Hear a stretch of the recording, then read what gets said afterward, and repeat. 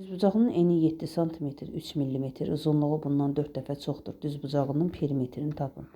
Düzbucağının enini A, uzunluğunu B ilə işarə etsək,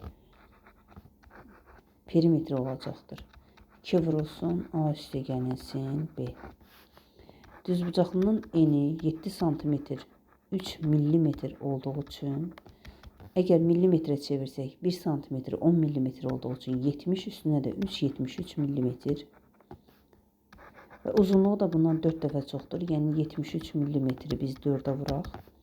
292 mm alarıq. Perimetri tapaq. P bərabərdir 2 vurulsun 73 üstə gəlsin 292. 2 vurulsun 73 ilə 292-ni toplasaq 365 alarıq. 365-i də 2-yə vursaq 730 alınar və millimetrlə.